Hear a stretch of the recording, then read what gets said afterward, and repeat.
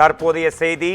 நீங்கள் பார்த்து கொண்டிருப்பது வாகன பேரணி அல்ல, படையெடுக்கும் மக்கள் வெள்ளத்தை பார்க்கிறீர்கள். பொங்கலை கொண்டாட தங்களின் சொந்த ஊர்களுக்கு கிளம்பியிருக்கும் மக்களால் போக்குவரத்து ஸ்தம்பித்திருக்கிறது. செங்கல்பட்டு மாவட்டம் கிளாம்பாக்கம் பகுதியின் காட்சிகளை பார்த்து கொண்டிருக்கிறீர்கள். ஊர்ந்து செல்லும் வாகனங்கள், பேருந்துகள் முதற்கொண்டு அனைத்தும் ஊர்ந்து செல்கின்றன. பொங்கல் பண்டிகையை கொண்டாட சென்னையில் இருந்து தங்களின் சொந்த ஊர்களுக்கு புறப்பட்ட மக்கள் காரணமாக இந்த போக்குவரத்து ஸ்தம்பித்திருக்கிறது. கிளாம்பாக்கம் அருகே தேசிய நெடுஞ்சாலையில் மிக கடுமையான போக்குவரத்து நெரிசல் இருப்பதை நீங்கள் பார்க்கிறீர்கள்.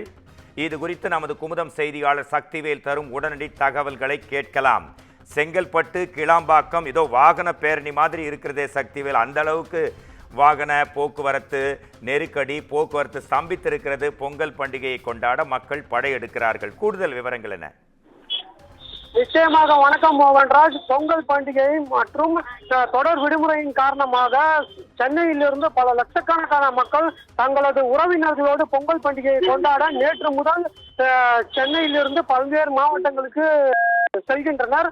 குறிப்பாக இந்த கிளாம்பாக்கம் என்று சொல்லக்கூடிய இடத்தில் இருந்து சுமார் 5 கிலோமீட்டர் தூரத்திற்கு கடும் போக்குவரத்து நெரிசல் ஏற்பட்டுள்ளது. அந்த காட்சிகளை நம்மால் நேரடியாக பார்க்க முடிகிறது. குறிப்பாக இது நீங்கள் சொன்ன மாதிரி வாகன பேரணி அல்ல, இது சென்னையிலிருந்து தென் மாவட்டங்களுக்கு நோக்கி செல்லக்கூடிய போக்குவரத்து நெரிசலின் காரணமாகவே ஏற்பட்டுள்ளது. அதாவது தொடர்ந்து விடுமுறை, அதாவது செவ்வாய், புதன், வியாழன், வெள்ளி என்று சொல்லக்கூடிய தொடர்ந்து 6 நாட்கள் விடுமுறையின் காரணமாக சென்னையிலிருந்து பல லட்சக்கணக்கான மக்கள் வேன், கார், தனியார் பேருந்து, அரசு பேருந்து, குறிப்பாக இருசக்கர வாகனத்தில் கூட மக்கள் கடும் குளிரையும் பொருட்படுத்தாமல் செல்லக்கூடிய காட்சிகளை நம்மால் பார்க்க முடிகிறது. அந்த காட்சிகள் பார்க்கும் போதே தெரிகிறது நமக்கு நீண்ட தூரம், அதாவது கண்ணு கெட்டும் தூரம் வரை இந்த வாகனங்கள் நீண்டு நிற்கக்கூடிய நிலை ஏற்பட்டுள்ளது. அதாவது குறிப்பாக வண்டலூரில் இருந்து வரக்கூடிய வாகனங்கள், பெருங்களத்தூர், வண்டலூர், கிளாம்பாக்கம், கூடுவாஞ்சேரி வரக்கூடிய வாகனங்கள் தொடர்ச்சியாக இந்த ஜிஎஸ்டி, அதாவது தாம்பரம் ஜிஎஸ்டி சாலையில் இருந்து தேசிய நெடுஞ்சாலை, அதாவது தென் மாவட்டங்களை இணைக்கக்கூடிய தேசிய நெடுஞ்சாலை வழியாகவே இந்த வாகனங்கள் செல்ல வேண்டும்.